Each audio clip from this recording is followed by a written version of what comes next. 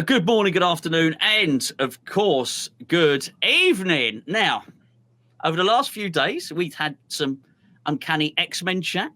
We've had some Avatar chat. We've done a deep dive on a classic, An Attack from Mars.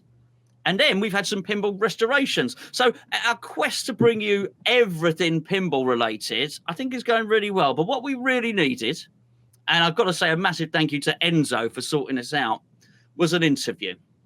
And not just any interview. For those of you that have watched this channel for a long time, for those of you that are aware of this and this, my quest to get Lord of the Rings back, my love for Monster Bash, my favourite pinball designer, then needs no introduction, but I'm going to give him one anyway, is Mr. George Gomez. George, thank you so much for joining us. Hey, guys. Thanks for having me on. What time is it your time? Well, I'm in the UK, so it's 2:30 in the afternoon. Enzo? Well, I'm in Australia, and it's 9:30 at night. And what time is it for you, George? We're totally international. It's 8:30 in the morning for me. There you go. So normally I'd be driving to work or at work by now. I usually get an early start, but I was afraid I was going to get caught up in traffic. So, and not be able to start with you guys. So I decided I'm at home in my home studio to do the show. Really appreciate it. Thank you for asking me on. I don't do a lot of these, but I get asked a lot, and I'm just busy, and it's tough to schedule it. So, but yeah, we've been talking since April, I think, April or May, to try and schedule this. It's very hard to pin everyone down, especially when there's 3 people involved. Yep. That's magnificent. No, well, I've got to hit you with a question straight off, George. I'm probably going about this the wrong way, but it's in my mind, and I'd make no apologies for being a massive fan. To anybody watching this, to be a massive fan of George Gomez. Thank you. I know, and people that have been watching this channel for a few years, they know this. They know this already. So let's go straight in. The snicked shot.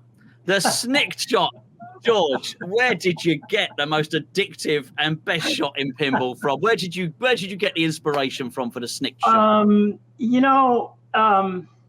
that game was, I try to reinvent myself from time to time. Because I think we all, after you've done as many games as I have, you tend to have go-tos, and some people consider it a style, and the problem with the style is that you can also get pretty boring with your style. So with Deadpool, I had a short period of time to develop the game, and so I didn't have a lot of time to develop very extensive toys. I took some of my own advice. I always tell my designers, a ramp is a toy in and of itself if you do something really interesting with it. So I said, maybe I can do some different takes on ramps. And I've done backward ramps before, right? I've done, I've done it. I did it. I've done it in a bunch of games, actually. Everything from My Avengers all the way back to NBA Fast Break. I've had ramps that sort of have an unexpected entrance. So the Deadpool conversation started there. Was basically, how do I do cross playfield shots? I had actually done a shot that's similar but up on a ramp, and it didn't work really well. I was never quite happy with it. I just ran out of time. That's the Black Widow shot in My Avengers, where the ball enters roughly where it does on Deadpool. It crosses the playfield and then comes back, but it's a ramp elevation. So I thought, it'd be kind of interesting to create a ramp that you can only get to through some, unobvious, playfield shot. Once I had the ramp there, that target was really originally just a guard for the pop bumper and the edge of the ball guide. And in fooling around with it one day, I was like, I got the ball to go up there, and then I started and it was a complete accident. And then I started working it to make it repeatable. And I remember I called a bunch of the shooters in the studio over, and I said, hey, cradle the ball, left flipper, see if you can hit this target, see, and a couple of guys did it, and everybody was like amazed. So then it was like, okay, what do we do with this? And actually it was Tim Sexton, I think, if memory serves, that said, wow, that would be an awesome playfield multiplier. Because it's hard to do. Yeah. And so, you can't just do it at will. And sometimes it will happen just in a multi-ball or something, or even just kind of you miss the shot and you go up there. And I love a lot of that sort of, the ball always does something interesting. You mentioned Lord of the Rings. When I did Lord of the Rings, one of the things that people don't realize about the layout in Lord of the Rings is that almost anything you do, the ball is doing something for you. It's just a way the kinetics work on that board. And once I got a little bit of it happening, then I started saying, okay, I got to do more of this. I got to try to make this happen everywhere. So, I mean, really, that's the story of SNCC. And I think Jack Danger was, for a long time, he was very impressed with Deadpool. Yep. And you can certainly see the influences in like Fu and X-Men, where he's like, okay, let's go at this ramp thing and shot thing in a less obvious way, right? It's not a 7-shot array. It's not. That X-Men playfield is unlike anything you've ever played, and I think a year from now, that we're still going to be talking about X-Men because I can see where that game's going, and it's going to be massive. It's just going to be massive. There's just, the amount of cool stuff that those guys have planned that's coming into the game, combined with that board, just going to be over the top. Yeah, well, I look forward to talking about X-Men, certainly. Myself and Enzo were certainly both very, very impressed with what we saw on that. Totally what you said about Jack taking inspiration from what you'd done. I remember watching a stream with him a couple of years ago, and during the stream he was playing Deadpool. He was doing whatever, trying to get to a certain score or whatever the stream may have been, and he had the comments come up on his live chat, and somebody said, Jack, he said, what's your favorite game? And he said, I'm playing it. And I remember him saying that. Absolutely. It's the one game that hasn't left my collection. Now, I must say Lord of the Rings has left my collection, but it was needs must at the point. And I had a bill to pay for, but I got it back. The thing about Deadpool is, and I hear this from a lot of people, the game is just fun. And it doesn't matter what level you play at, right? Like it'll entertain a novice just like it'll entertain a hardcore player. Is it true? I don't know if I heard this correctly, but someone else was doing Deadpool and you had to take it over? Yeah. So what happened, John Trudeau got in trouble and he was working on the game. And I had, here I am faced with this horrible situation, and I've got a demoralized team, and I've got this project that's, and I decided that I couldn't really finish what he had started. I wanted a clean break. I didn't want any connection. When I knew that, a year, whatever, 7 months from that point in time, or 8 months from that point in time, I was going to be doing interviews, and I didn't want his name associated with it. So I was going to go right to the problem, and I was going to say, listen, this happened. This guy's not involved in the game. He hasn't been involved in the game from the day that, from the day he got arrested. We basically, said, okay, we're going in a different direction. I went up to management. They had spent a lot of, we had spent a lot of money. It cost a lot of money to develop these games. And I talked to Gary and Dave, and I said, listen, I got to ball this up and throw it out. I don't want the conversation. I want the conversation to be one line. A year from now, I'm going to say, This guy got in trouble. I took over the game. I threw it up. I balled it up, threw it out, started fresh. Now let's talk about what I did. And that's exactly what happened. And those guys were like, yeah, we get it.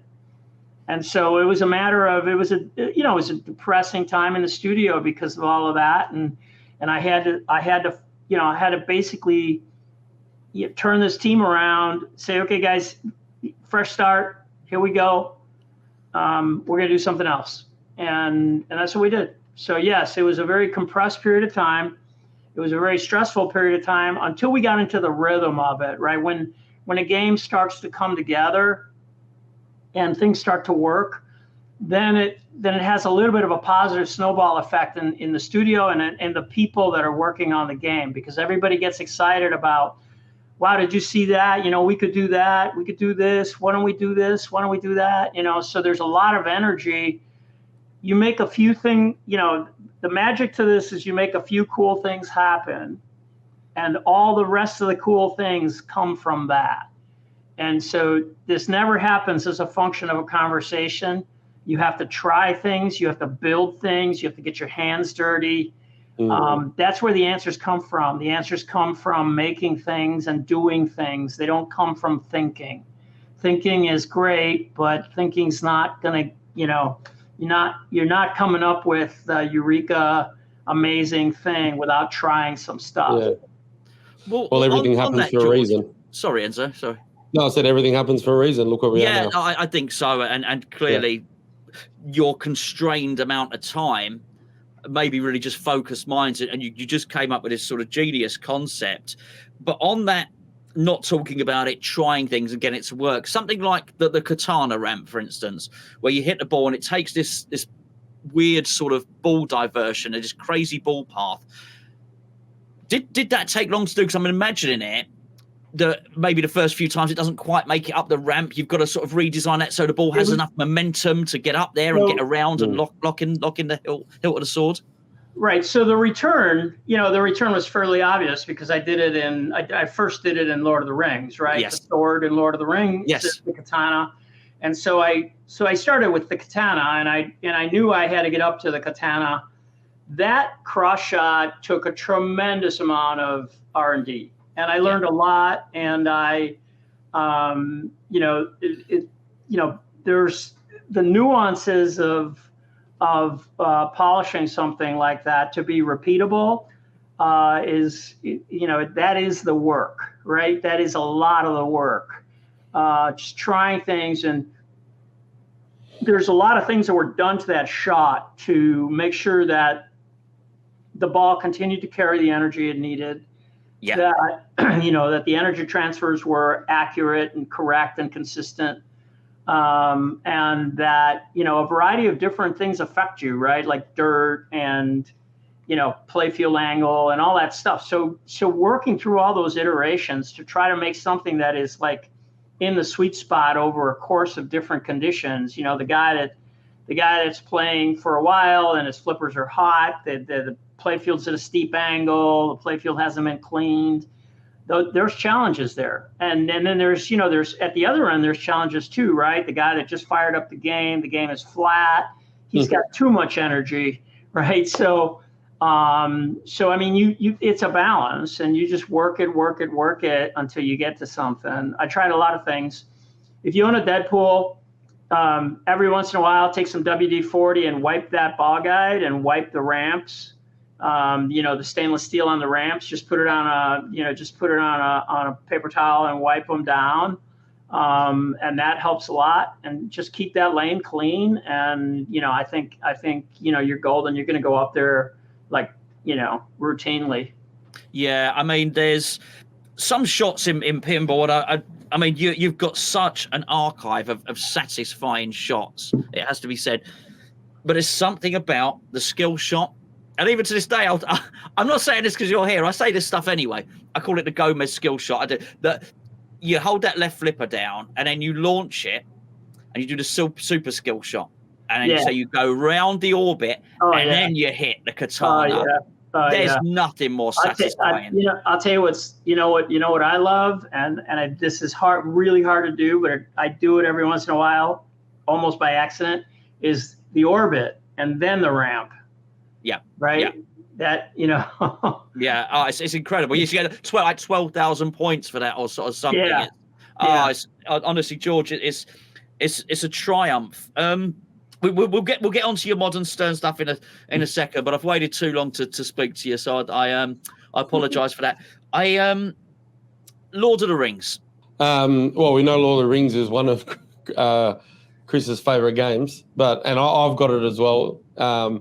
And it's, I mean, look, those shots are satisfying. It doesn't matter what you play. I mean, I've got my 9-year-old, 10-year-old daughter that walks up to it and just has a field trip, doesn't know anything about the films, but just is a phenomenal game where I feel that it doesn't matter how good you are or how bad you are, that it is just extremely satisfying. And to me, it's probably one of the best pinball machines ever made, honestly. It's funny about that game. I just did a podcast last week in which somebody asked me about that game, or it came up in conversation. But that game, at the time, I was a consulting designer to Stern Pinball, and I wanted to do the Matrix. I actually approached Gary Stern and said, can you give me the Matrix?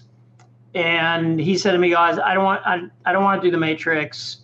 And he knew in his head, he thought, I don't know if which is in some ways amazing, because the first film was really great. The second film hadn't been made yet, hadn't come out. And Gary was scared of the second film, and he was scared of being in that no man's land. So he said to me, no, I want you to do Lord of the Rings.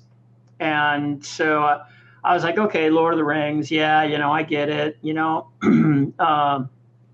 I grew up, I wasn't a huge Lord of the Rings fan, but I grew up reading sword and sorcery stuff.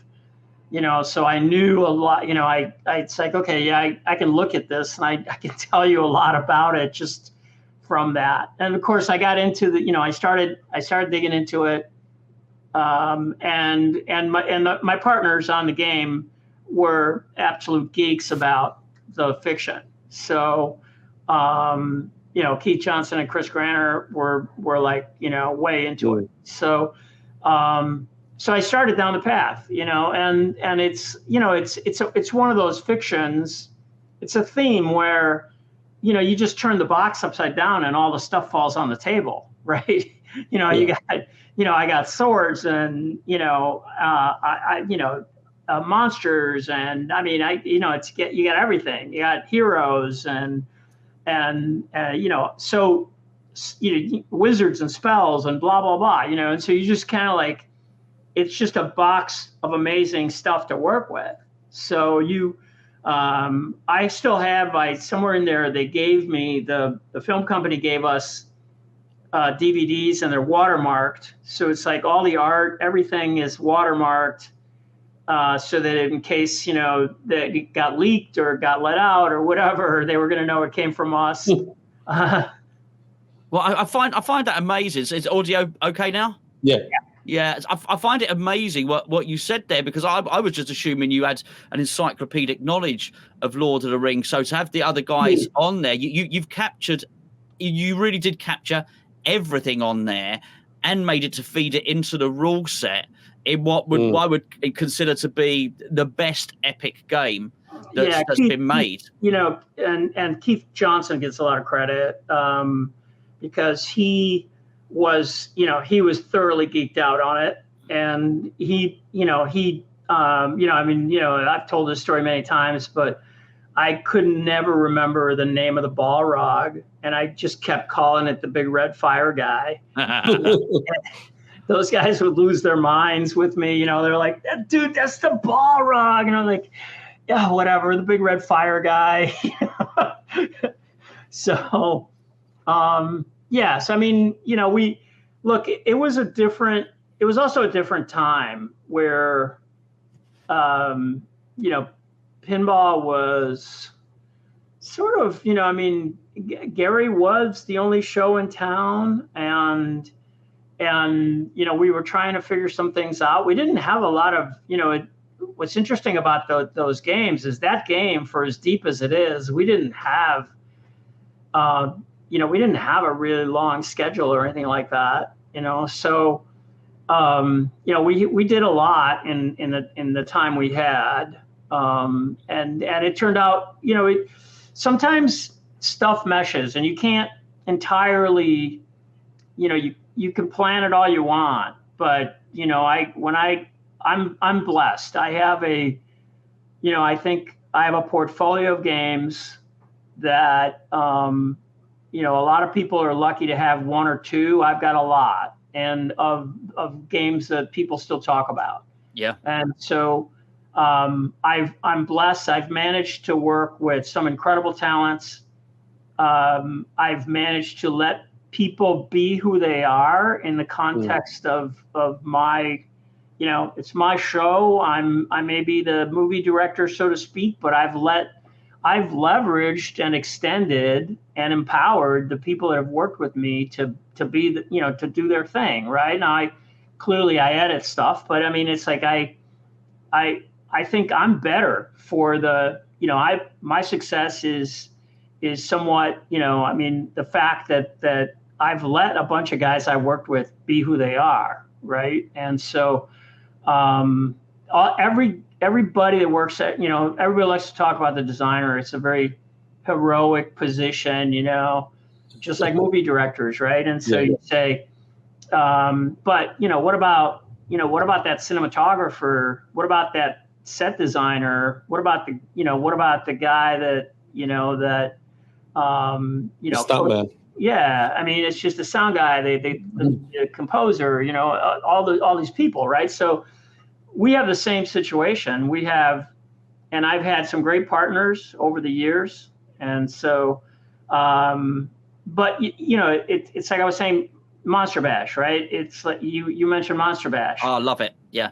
And again, here's a team that was sort of thrown together. It wasn't even like, it was my first go with my good friend Lyman Sheets, rest in peace. And it was we were all sort of we were of similar ages, maybe separated by maybe 10 years. We all came up, watching creature features on Friday night as little kids.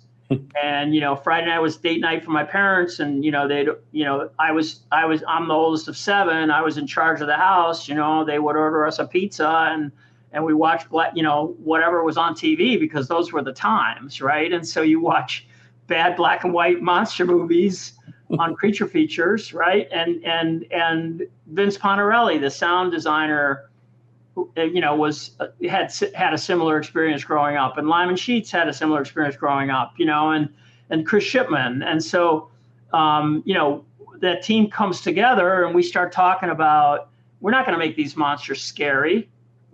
Too much stuff has happened, right? We've seen the Alien, we've seen all kinds of stuff that has scared the crap out of us. So let's make them funny. Let's just make them funny.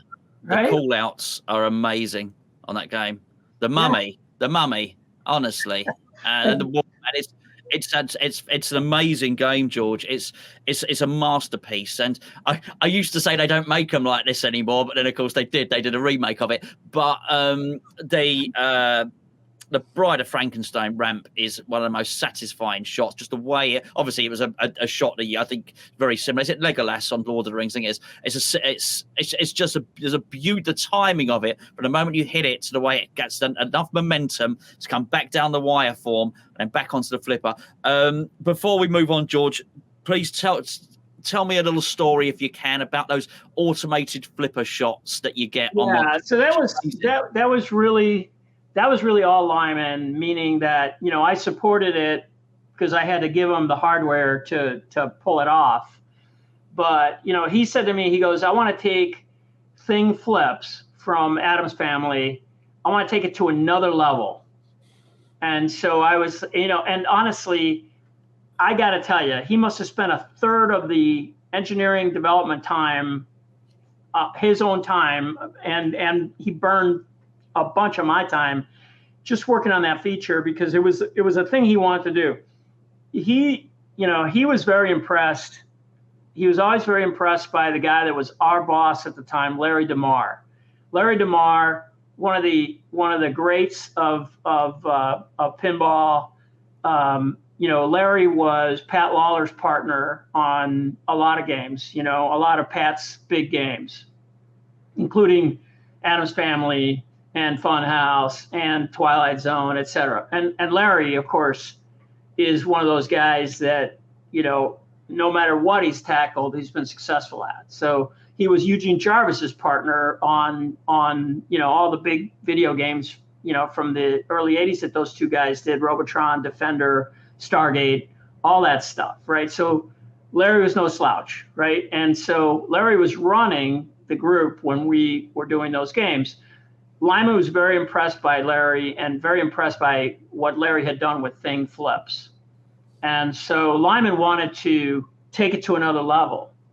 And so he pushed, and he said to me, he started out, he says, can you give me stand-up targets across, the top of the play field in front of all the, instead of just a post, give me a stand-up target so that I know that I'm left or right of the shot. And he says, you got to do it over everywhere. And I was like, okay, I can do that. So I worked through that. We went through a billion iterations of sensor arrays at the bottom because, he's got to sense velocity so that he can create the algorithm that determines, that he can then reference when he misses the shot, is on the shot, or, he's left, he's on, he's off, right? And so depending on what's happened, and the games are going to vary, right? So when you get a monster bash out of the box, and I can't speak to the Chicago Gaming one, I can only speak to the original. When you get an original out of the box, Phantom Flip is not going to work. It's not going to work very well because the game needs time to learn. So the game literally, this is very primitive AI, and really, the game needs time to learn the shots. So when the game sees you make a shot, it registers he made that shot, and this is where the ball was when he made that. So these references get better and better. So the more you play a bash, the better those references are going to be. The game is keeping track of all of that. Amazing. Yeah. Amazing for the time, amazing for what it is, and amazing how well it works. I'm always amazed, even though I've played Monster Bash so many times. I've owned a Monster Bash. I've played it on location. Every time it works, I'm amazed that it works. It seems like a miracle. Have you done it, Enzo? You know what I'm talking about? Yeah. Look, it's one of my favorite games as well. It's very, very clever. Yeah. So he, we tried all these different arrays to sense, I start my timer now. I know where the ball is. I see the next sensor here. So I know this is the velocity. And then there's like there's a series of calculations, a window that he creates, if you will, that says, that basically tells him when to flip. And so, it's a clever piece of engineering. If I recall, we did get some sort of a patent on it. I can't remember what it was, but, so, yeah, it's a clever piece of engineering for sure. Well, I'm delighted to hear the story. Obviously Lyman gets so much credit for, so much of the coding that he did. Your Elvira's House Horrors, amazing coding on that. Your own Batman 66 was outstanding. Yeah. But I didn't know that. That's really good because that is I do think it's one of the engineering marvels of pinball. That the phantom shot. And still to this day I would say to my kids, look, no hands. It's absolutely incredible. George, this is magnificent. Enzo, sorry, I feel like I'm hogging George. I know you certainly had some questions on Bond and whatnot. Oh, look, it was an interesting one because my experience with Bond when it first came out, I loved the theme and I loved the game, and I'm not a very good player, and I wasn't having a good time with it. And at that point in time, early on, I didn't have space nor the funds, and I was trying to get my kids heavily into it.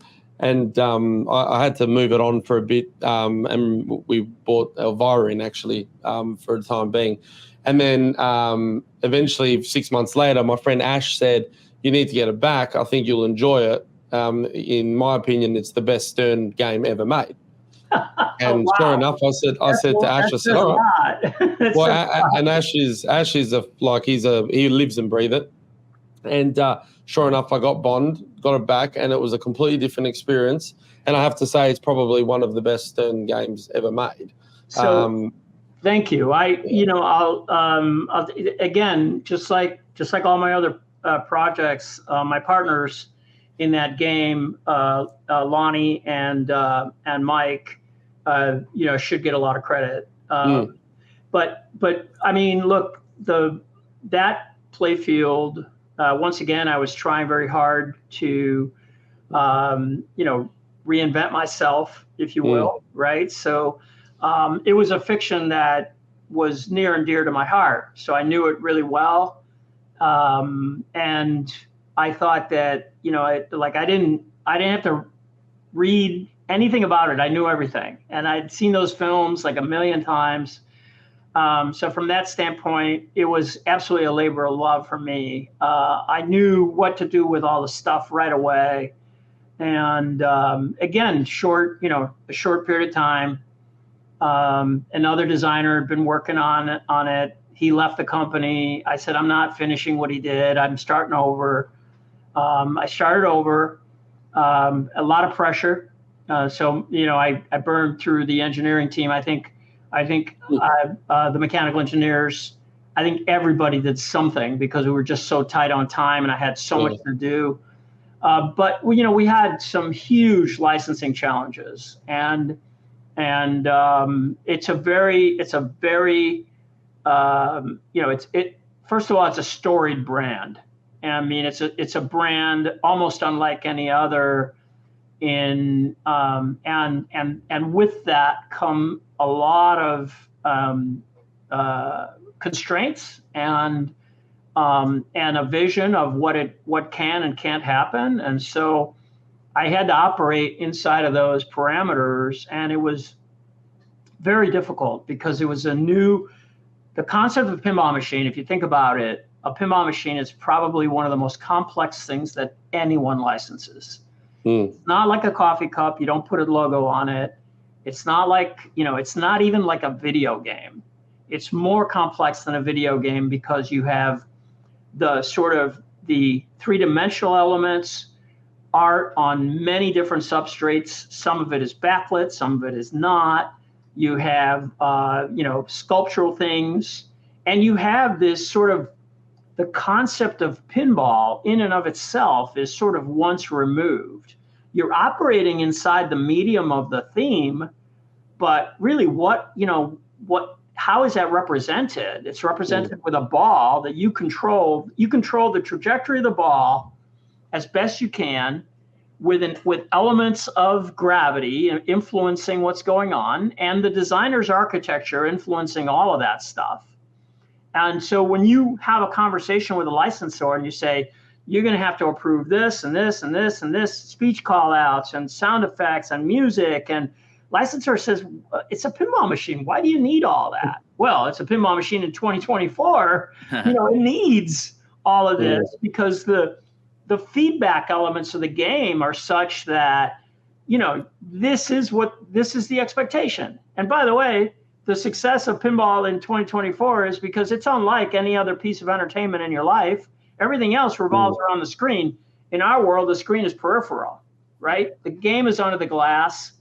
It's not on the screen. The screen is reinforcing. The screen is giving you feedback. The screen is tracking score. The screen is informing you and teaching you and training you and informing your friends and doing those things.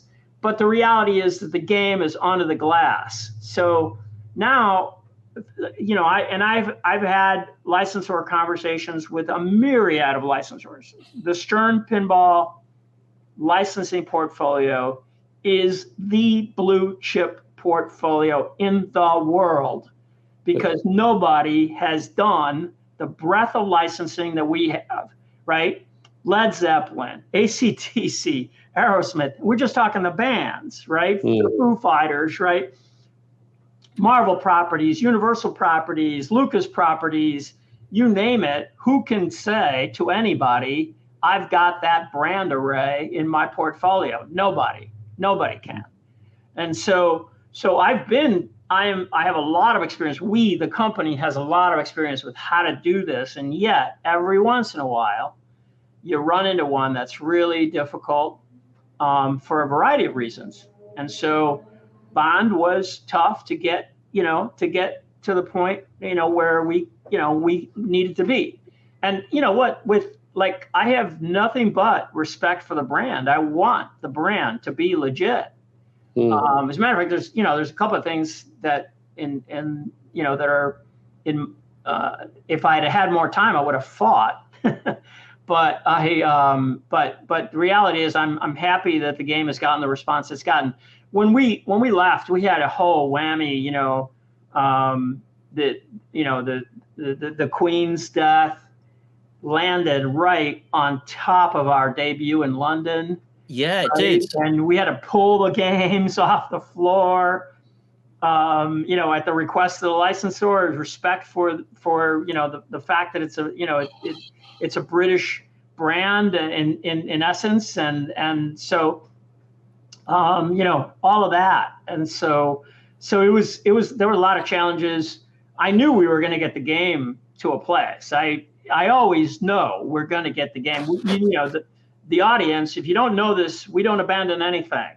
So it may not be amazing the day we ship it, but I guarantee you we're going to do our damnedest to make it that. And that goes, and history right now, history proves me right, because we've done this on numerous games where, we ran out of time. We had to ship what we had to ship, and we shipped, .81 or whatever code, and we're not abandoning it. That we're going to do a series of drops. We're going to get it there. It's going to be freaking amazing when you're done.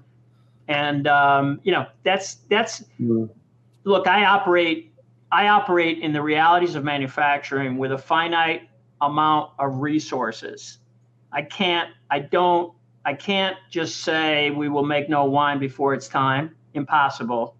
I have to, I deliver 3 cornerstones a year. I have X number of people. I have challenges that come up in the world that I live in, meaning I have a licensor that may change his mind about something. I have a licensor that may not approve something. I have to continue to iterate until I get approval, but my manufacturing date is not moving. It's not moving out because I have to go back and rework something, right? So we rework, resubmit. Finally, you get approval. Well, the time you spent iterating, that's not time you're getting back. I don't have a time machine. I can't, I got to get, and my production date, if I don't have games on the line, when I need to have games on the line, I send 500 people home, and that's a problem. So manufacturing, the economics of manufacturing are that, A, you need a plan. B, when you spend money for materials, you're not getting that money back until finished goods go out the door. That's a reality of my economy. So I can't, I don't know. Other people may operate differently because other people may have different kinds of resources, and maybe it doesn't matter if they're profitable. Maybe it doesn't matter if they're, consistent. Maybe it doesn't matter. Whatever. I don't know, and I can only speak to you. We've been good at it. We're the largest manufacturer of pinball machines in the world by a long shot, right? We have 90% of the world market in pinball on any given day. So, we've figured it out. It's taken 14 years, right? I mean, it's taken us that long. When I joined the company, I had 9 people in my studio. I have 50 today. I have another 30 consultants on the outside. So those people are all dedicated to designing, developing, and engineering pinball machines. Anyway, I didn't mean to go on a rant. You've sparked something in my mind, George, actually. So actually, I'm wondering now, sort of looking back at Lord, I'm wondering if it's tougher now, basically, licensing, because looking back on Lord of the Rings, you appeared to have everything. You even mentioned that you had this box, and it appears they gave you everything. Use Ian McKellen's call-outs, use Christopher Lee's call-outs, use Elijah Wood, carry on, do what you want, use the images. That's the perception. And then we've got something like The Sopranos. Yep. Great game, mate. Great game. The call-outs, clearly, it's HBO, wasn't it? HBO, I think. HBO. Yeah. They're not telling you. They can't be telling you too much what to do, because you've got that crazy bit where it's swearing all the time. We look at the point you bring up is that every licensor is different. Sure. And the things, not only are they different, sometimes they're different in time, meaning that what was okay in 2008 is not okay in 2024. So that's also an issue, right? So the James Bond game that we made would have looked a lot different had we done it in 2010, guaranteed, because the sensibilities of the world are different. Sure. Yeah. And so you have every licensor brings different concerns. Every licensor brings different rules. What may be a thing with one is not a thing with another. There are some consistencies, like the controversy with the Wick guns, right? That's a consistency that we're leaning in, we're bumping into more and more, right? Like in Bond, for example, we could not create anything with a gun. It had to come from archive material, meaning that it was like, if he's holding a gun, it has to be off a movie poster or something like that. But I could not create an animation or an image that did not exist prior to, that had him with a gun. Even then, if you analyze the game, I think the game was sanitized for guns that actually point at people. So that was a sensibility, right? So he can have the gun next to his face. He can have the gun there's a Dr. No scene where him and Honey Rider are just like walking, and he's got the gun, but there's no one in front of the gun. There's no, these are the sensibilities of 2024. That licensor, Gary Stern says, it's their football. And when they want to go home, they can go home. You have to stop playing. They own the football. So it's kind of like, it doesn't mean that we don't, negotiate or try to convey, what we need or want. That doesn't, we always do. It's just a question of sometimes, you bump into a hard no, or you bump into something where you say, how much effort am I going to put into this? I'm being told no. I'm pushing it up the chain. I'm still being told no. What swords am I going to fall on? Well, part of the maturity of being a pinball designer, part of that maturity is understanding what sword you're going to fall on, right? Like what battle is worth fighting, right? And it's very interesting. I have in my studio, I have designers at all levels, right? I have designers that are mid-career. I have designers that are closer to the end of their career. I have designers that are starting out.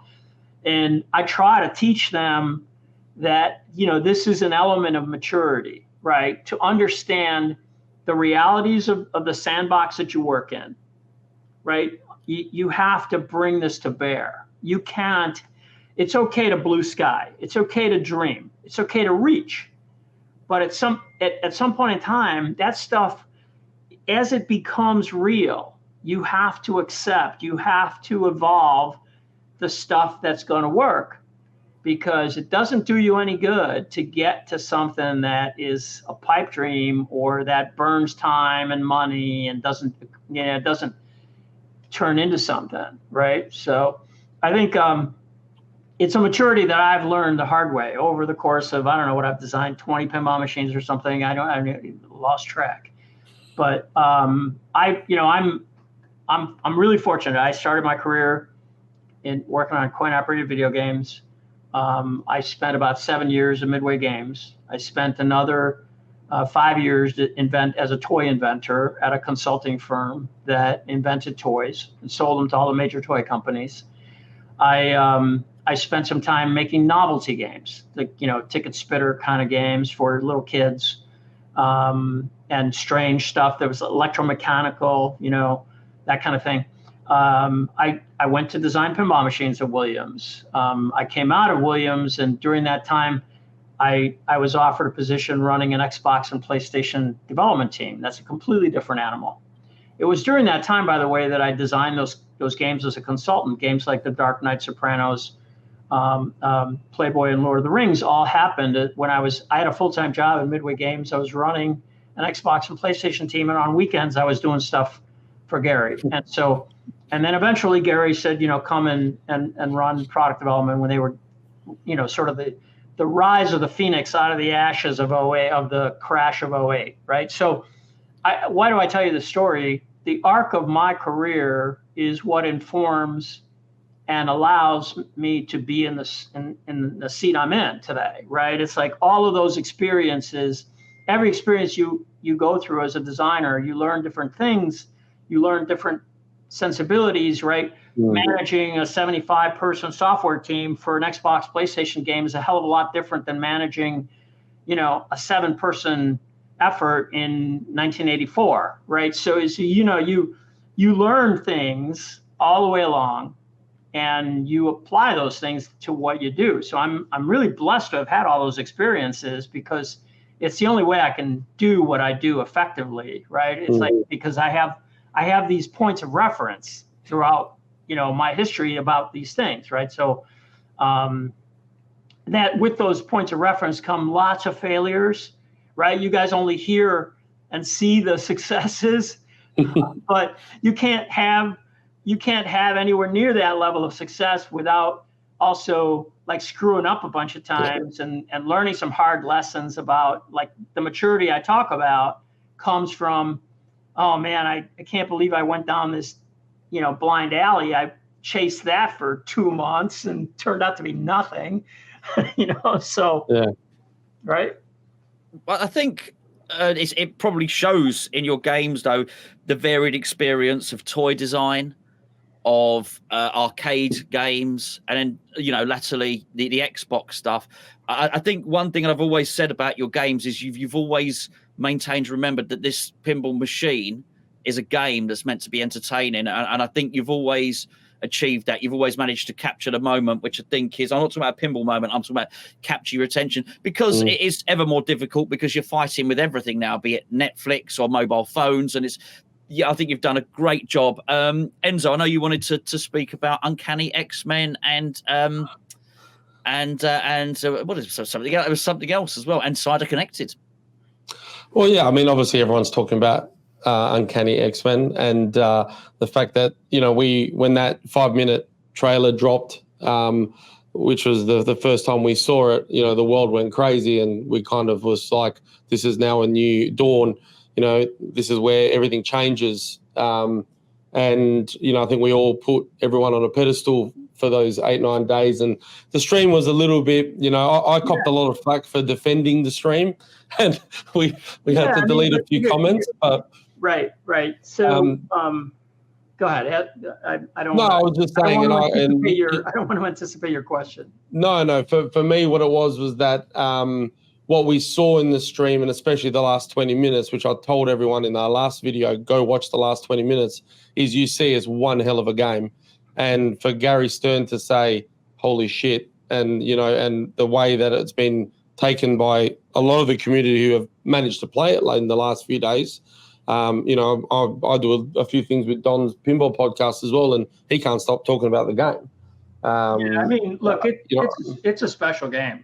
And if you, honest to God, if like whatever negativity, people perceive, or generated from the stream, I think this is going to be such a forgotten conversation the minute anyone experiences the game. It is beyond good. It's an amazing game, and what's gonna, I mean, it's only going to keep getting better. All the stuff that, I mean, you know, you can nitpick the music and sound effects, some of the choreography, some of the animations aren't all there yet, but good God, I mean, how many times have we been down this road? You know, I don't understand why people doubt that we don't see the same things. Like we have the, you know, we have a lot of pressure when we launch a game. We have a lot of pressure from the sales channel to, you know, get the game in front of people and show it off. And that's what streams are about, right? But you also have to take into account that streams are just that. They're streams. And so they're not the experience you're going to have playing the game at all. And most of the stuff, like I think to myself, if you take those comments, just get rid of all the comments about the costumes, because they don't mean anything about the game. They don't have anything to do with the game. Okay, so let's just, like, okay, you don't like these guys and you don't like the fact that they're wearing funny outfits. Like, just throw that out. It's got nothing to do with the game. Okay. Now, you tell me, I think the city scene is a little lifeless. I know. We're just not there yet. If you tell me, you know, I want the music to have more energy, or I want the music to be different, I know. And we're just not there yet. So I don't worry about stuff like that. I really don't. I'll tell you what there is no mistaking, and that is that architecture, that playfield is a lot of fun. And that Sentinel is a lot of fun. And that danger room area is a lot of fun. And the way the ball behaves on that playfield is unlike any playfield you've experienced to date. I guarantee this, and I've played everything. So I'm telling you that now, you know, everybody's already talking about, you know, Jack's next playfield. Can't wait to, you know, hey, you know, it's kind of like this. You start down a path. That game, when one of the very first things he came up with was that danger room. Gary Stern is not a fan of funny playfield bottoms. He has been preaching Italian bottoms forever. And when Jack and Gary rode up to see a Foo Fighters show on their motorcycles or something, and Jack was telling Gary, I want to try this thing, and Gary came back to me and said, he's doing something strange with the bottom. You got to get that under control. And I said to Gary, Gary, let me, let one day at a time. So I told Jack, I said, look, Gary's got no love for this. You know what I've always said, right? In my own games, I use an Italian bottom because it works. And I just think that, man, I have my hands full with the stuff up playfield. I just have my hands full with the toy development, the ramps, the shots, getting stuff smooth, getting transitions, creating combos, thinking about game events, where am I going to hold the ball, all the stuff a game designer goes through. And so I'm like, the bottom, it works great. The game's up playfield. So I told Jack, you got to convince me. And we have to convince Gary. If you convince me, we have to convince Gary. So Jack, the very first thing he mocked up was that danger room. And when I played it, there wasn't it was like, I thought, man, his cobbled together, home built, pseudo home built mock-up that he put together in the Whitewood lab worked. And so I knew, okay, if it works at this level without too much drama, when I apply real engineering to this, I can make this solid. So, and that's what happened. So, I mean, I think, he started with that. Then he started moving up playfield, thinking about some of those shot transitions, thinking about some of those shot entrances. It's an amazing game, and things like Sentinel interactions, really fun. That thing does a lot of things that people you really can't tell until you play it. The same thing, the shots. I tell him, I said, man, I never know. It's like I've flipped this game a bunch of times, and it always surprises me where the ball is coming out. It's just like, it's like it went over there and it's coming out over there. It's that kind of play field. So I think all of this noise will be nothing once someone gets in front of the game. It's a really special game. I think that's incredible confidence. I've got to say, George, but just the story that you told there, that Gary said, I'm not sure. I don't like, and then, so you've got the boss of the company, then you're such a highly esteemed pinball designer, and then you've got this new guy who's new to pinball. He's done the home edition of the Jurassic Park, and he's done Foo Fighters. Great game, Foo Fighters. Both, actually. I had both of them. Very lucky. I had both of them here. I think at that point, anybody who was being told that, to have the confidence to think, hold on, no, I hear what you're saying, and I hear what Gary's saying, but I just that decision then, actually, no, I will prove it to you. Rather, it would have been easier for Jack to say, okay, I'll do the Italian bottom, and I'll keep the rest of the upper playfield as it is. That's real confidence to say, okay, I'll show you. He's an incredibly creative guy, and he works his ass off. He is really, he works really hard, and he works hard to push his ideas. He's an attention to detail guy when it comes to the entertainment side of things. So, he like came to see me late in the process, and he goes, I want a 2-color flipper button. And I'm like, oh, Jack, 2-color flipper button, really? It was like, we are up to our ass in real stuff for your game, but you want a red and yellow flipper button because it looks good with the. And I said, okay, so it is feasible, but we have to figure out, the manufacturing and procurement end, because we get, you mold, a yellow housing and a yellow button, and you put them together. Now you want me to put a red housing and a yellow housing. It sounds ridiculous, but what you're really having to overcome are the frictions of mass production, not necessarily the fact that that you're putting red and yellow together. It's just the fact that okay, I got to figure out where do those two things get us, how do they come together, and how do I order the right number of reds, the right number of yellows, and all of this happiness, right? For something as simple as that looks awesome, And so when you see the LEs and you see that, you go, that looks great, Same thing with, like at the 11th hour, that plate that we have with the art on the front molding, right by the action button, we were going, man, we got to do something. And I hate those rivets, that whole rivet thing. With the, I've always hated that. I've always thought, and I've never had and so I told him, I said, hey, let's try this. And so I proposed that to him, and I said, but we're not doing it unless we mock it up and test it. So right away that afternoon, he's got the material, he's got it, on a powder coated piece, and we're trying to rip it off. And so, okay, all right. Now we can do it. Now let's have the conversation with the vendor. Hey, I need these things to come in.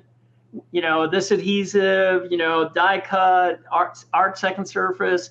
It's the amount of effort that goes into the details on these games is not something people think about, in the community. No, I mean, look. Yeah, well, I saw the LE, and basically it's probably the first time I ordered a machine instantly while the trailer was on. Because I was just blown away by it and the artwork, and it's beautiful. It's absolutely beautiful. I mean, and Jeremy, let's not even talk about. I mean, the work he's done is like just the amount of hand drawn art in that game is crazy, and you know what, the most famous Marvel dudes are impressed with what he did there, right? And so it's kind of like,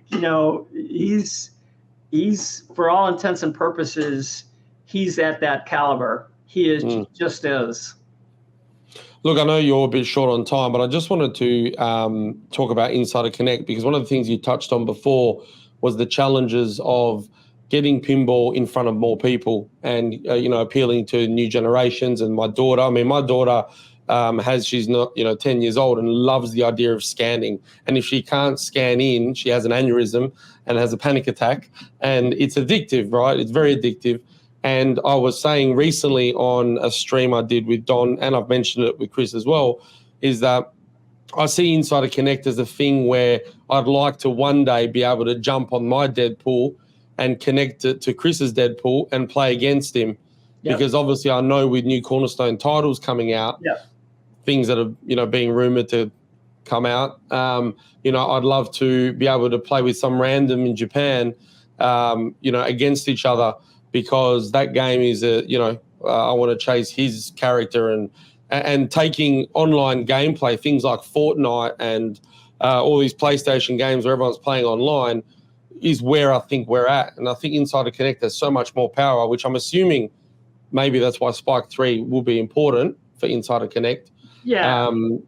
Like the global community where I can play you and you can play him, as opposed to, I know you guys dominate 90% of the market. 70% of that 90% is residential, if I'm not mistaken. And then the other 30 is site. Actually, so 70% of our sales today go into the consumer market. Yeah. And the other 30% is commercial business. We still love the commercial business because not everybody can afford this pinball machine. So people discover the game.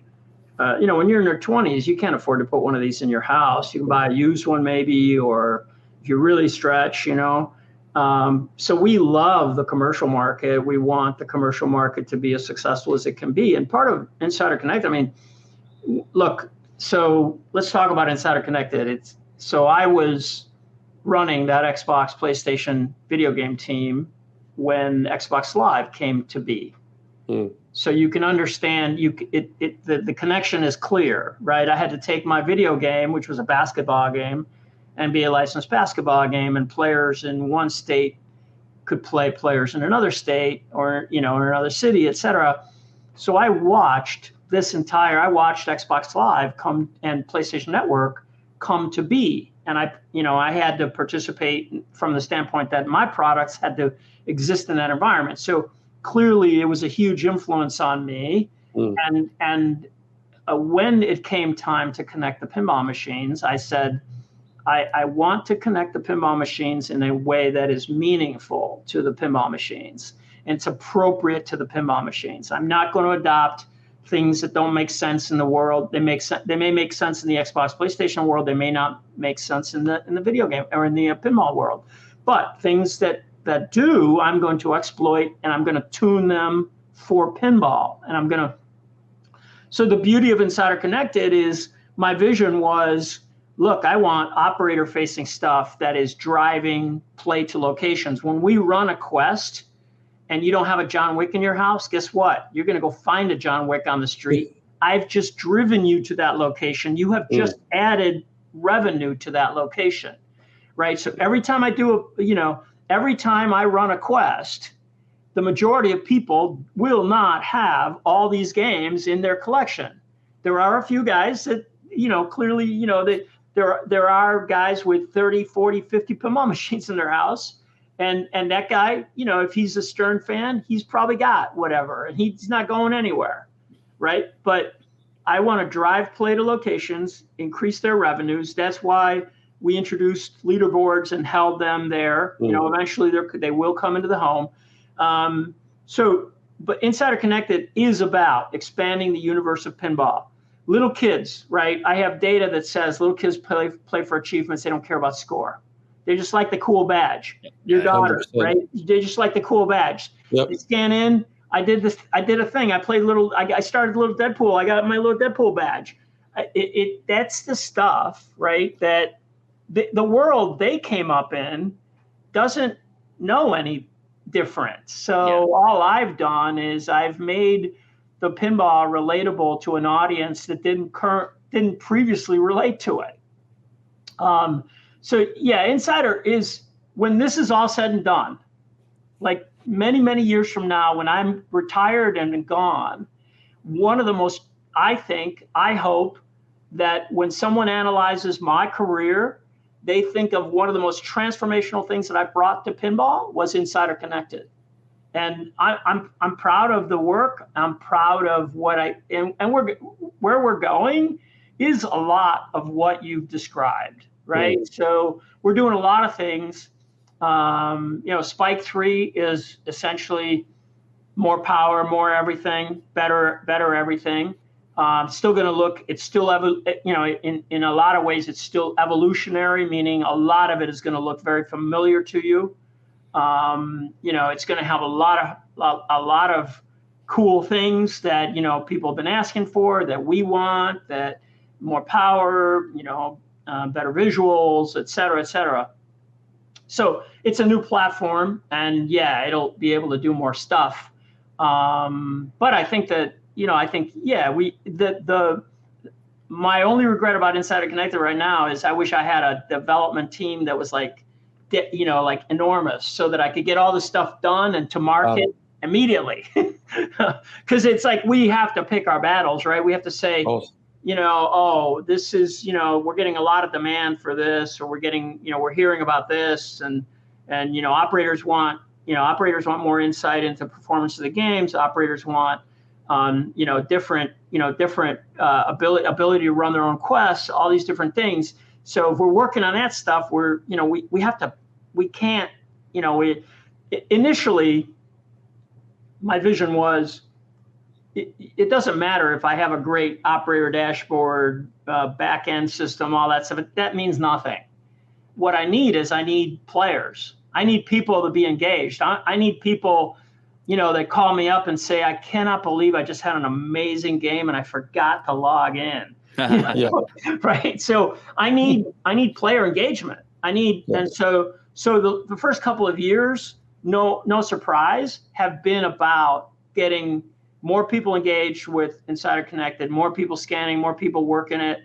So there's a lot of that stuff going on, and that audience is growing exponentially, right? That grow every month we see, wow, this is so cool.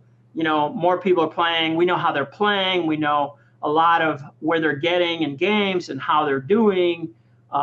We know a lot of things, and so that's all data that we're using to try to make the system better.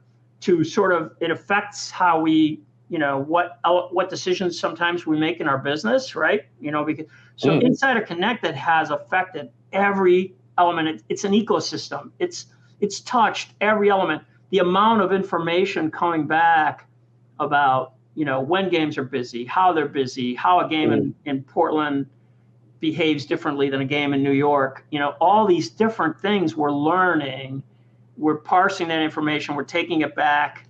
And so, yeah, I'm excited about it. It's like, it's the future. Look, I tell my guys, the flipper and the ball are sacred. Everything else is up for discussion. And so, we're Insider Connected is one of those things where how do we extend how people interact with pinball machines? But you don't ever want to break that it's a pinball machine. It's got to be a pinball machine. Yeah. Well, I'm looking forward to one day being able to play my Pokemon Charizard pinball against Chris's Squirtle pinball. Never can because everyone wants a Pokemon pinball machine. Can we just make it clear that if you do ever enable on Insider Connected Enzo to play me at Deadpool, there's only going to be one winner. So I don't know why you'd be wishing. You don't want to be careful what you wish for, young man. George, you're a superstar to me. I've got to say, I'm absolutely been an honor to speak to you. I know your time is precious. It's quite clear. Anybody listening to the past hour and 9 minutes, quite how busy you are. I'm gonna say thank you. I'm gonna ask you one last question. It is an awkward question, though. So I apologise, but sort of don't. Are you gonna design another pinball machine? It's tough. It's hard to say. I would appreciate it. Never say never. Okay. Never say never. I would say that I get that question a lot. Do you? And, okay. you have to understand that, like, the universe I just described. Yeah, I know. That's my day to day. Yeah, so there's no time for you. Insider Connected, managing the game teams, the development arc in the studio, 4 development teams in staggered fashion running. The challenge. There are challenges. I love my day, right? Some element of my day. So, a designer might call me into his office to play a game and talk about some issue or how to do something. That's a lot of fun, right? Some element of my day, I might be dealing with a manufacturing problem, right? Like, sure. Some element of my day, I'm talking to tech service guys about something. Some element of my day, I'm in a meeting about, what does the company look like in 5 years? Some element of my day, I'm talking to the Insider Connected team. Some element of my day, I'm like approving somebody's time off. So that's the problem. Don't give them time off, and then everything will become more efficient. Right? The rest of the time, George is on Facebook answering people's questions. Yeah. You're right. And so it says so you can imagine how difficult. Now, I'll tell you what there's something that's kind of interesting in the back of my mind is maybe I can collaborate with somebody.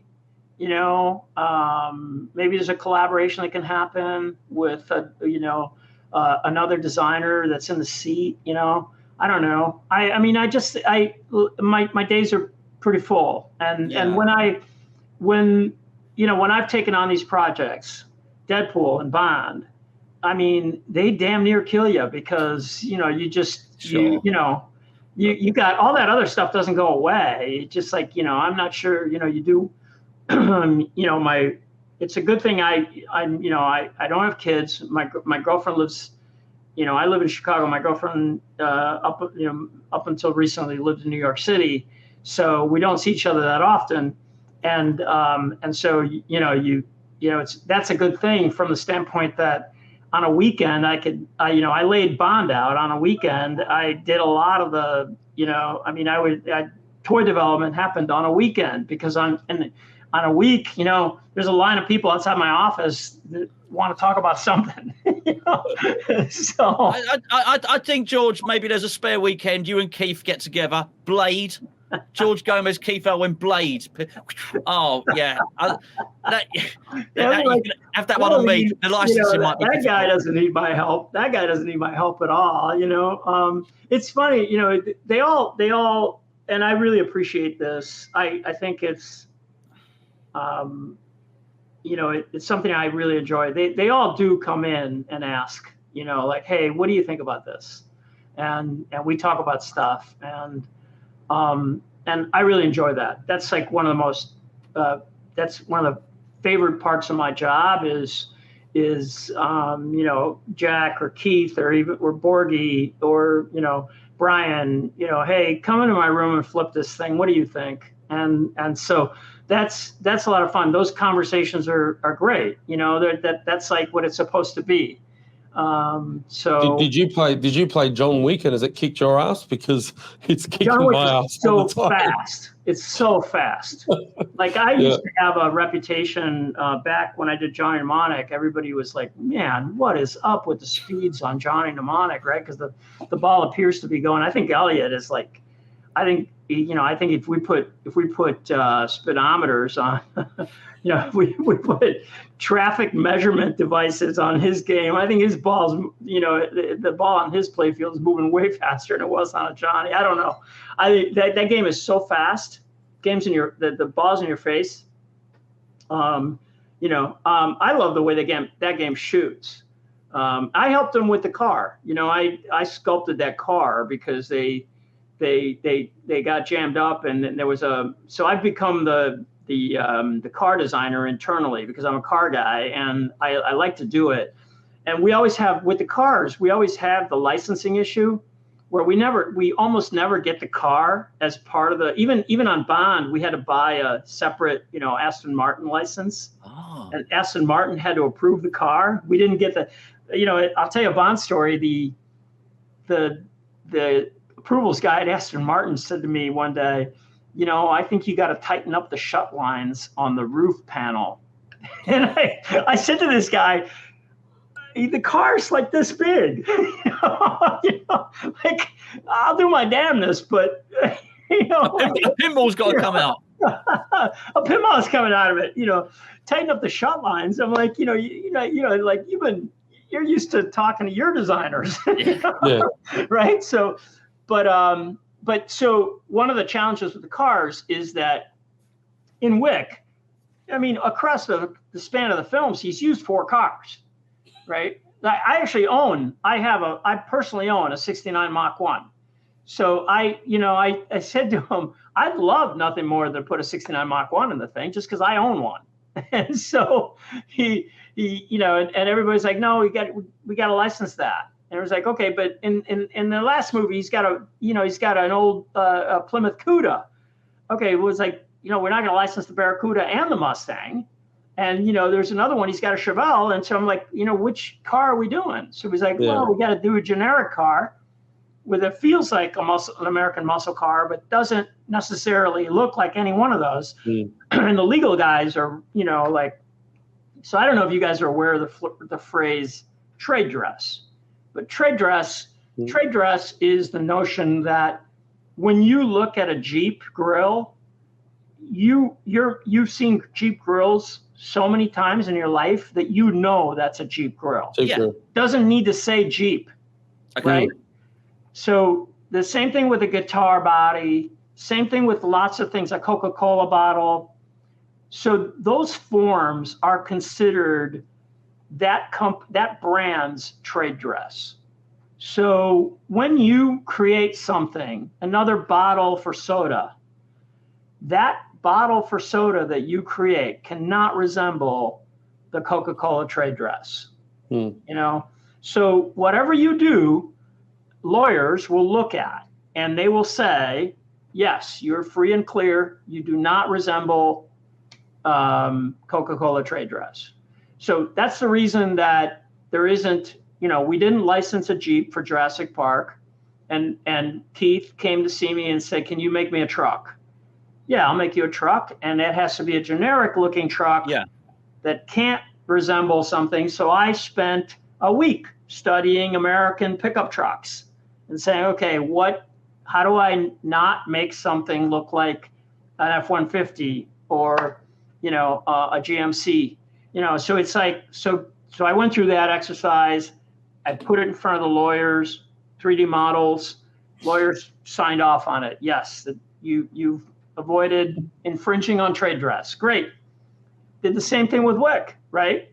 So it's kind of like, those guys call it, they call me Gomez Motors, right? So is that not a Mustang? That's not a Mustang in Wick. No, it's not a Mustang. It's a Mustang in one of the films. It's not a Mustang in. It's not a Mustang in the game. It's worked because I thought it was. So you gave enough of a suggestion. Yeah, but no, you didn't do too much to upset the lawyers. That means I failed the trade dress. But if you could put that, in a whatever in a court of law or a bunch of lawyers, and they'll say no, that's not a Mustang. So I'm not going to tell anyone. We just told the internet. Yeah, I know. Apart from that, they won't. They're all pinball folk. They're as long as you don't get dressed up as an X-Men, they'll be perfectly happy. You can be assured I'm not getting dressed as an X-Men. Yeah.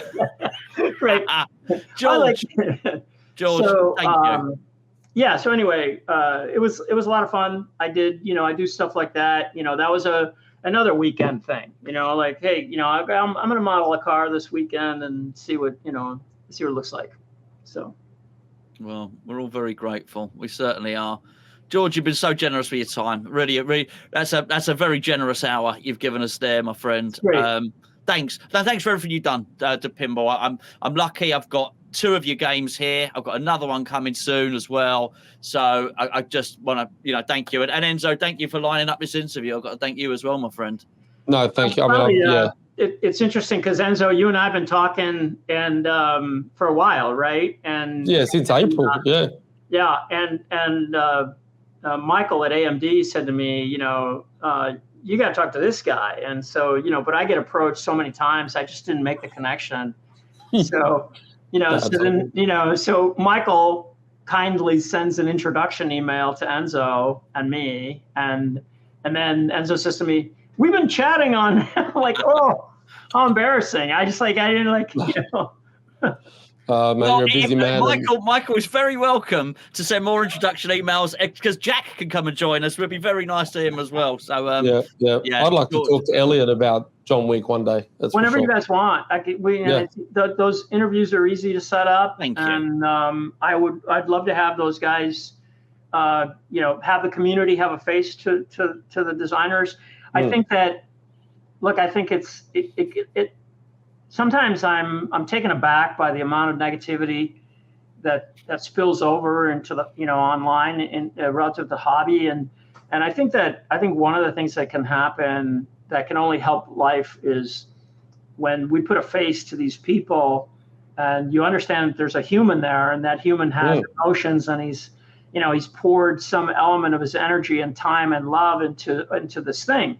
And so it's like, everybody's a critic, and everybody gets to make choices about what they like and don't like, myself included. But I think that I just want the conversation to be more civil. I don't really, you don't have to, you don't have to like everything I do. You don't even have to like anything I do. I just want to keep it civil.